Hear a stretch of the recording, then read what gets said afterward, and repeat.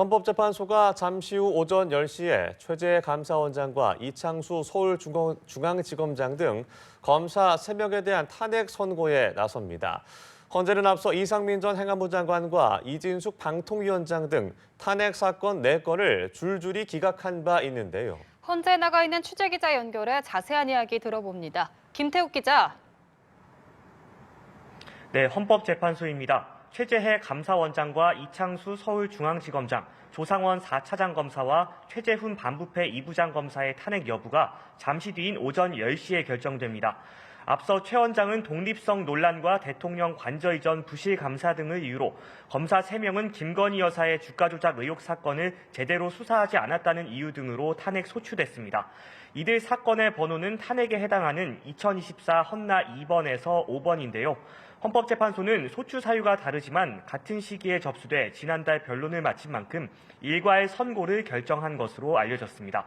재판관들은 감사원장에 대한 주문을 먼저 낭독하고 선고 이유를 설명한 뒤 검사 3명에 대해서도 같은 방식으로 선고에 나설 예정입니다. 헌재가 탄핵 소추를 인용하면 이들은 즉시 파면되고 기각될 경우 바로 직무에 복귀하게 됩니다.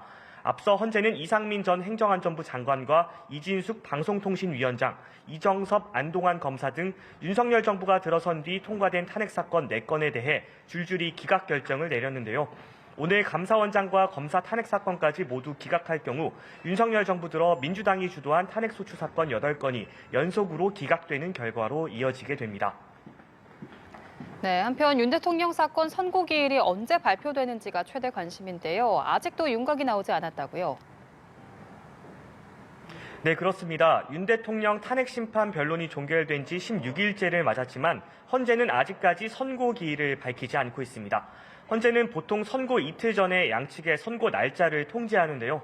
아직 기일을 밝히지 않은 점, 그리고 1995년 이후 이틀 연속 선고를 한 적이 없었던 관리에 비춰 윤 대통령 사건 선고 기일은 다음 주로 수년될 가능성이 높습니다.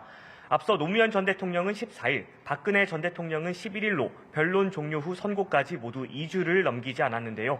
이번 윤 대통령 사건의 경우 비상계엄 선포의 위헌성과 그 중대성을 판단하는 쟁점이 여러 개인데다 동시에 여러 탄핵 사건이 접수된 점, 그리고 법원의 구속 취소 결정까지 난 만큼 재판관들이 보다 신중을 기하고 있는 것으로 풀이됩니다. 한편 윤 대통령보다 엿새 먼저 변론을 마친 한덕수 국무총리의 탄핵 사건이 아직 변수로 남았는데요.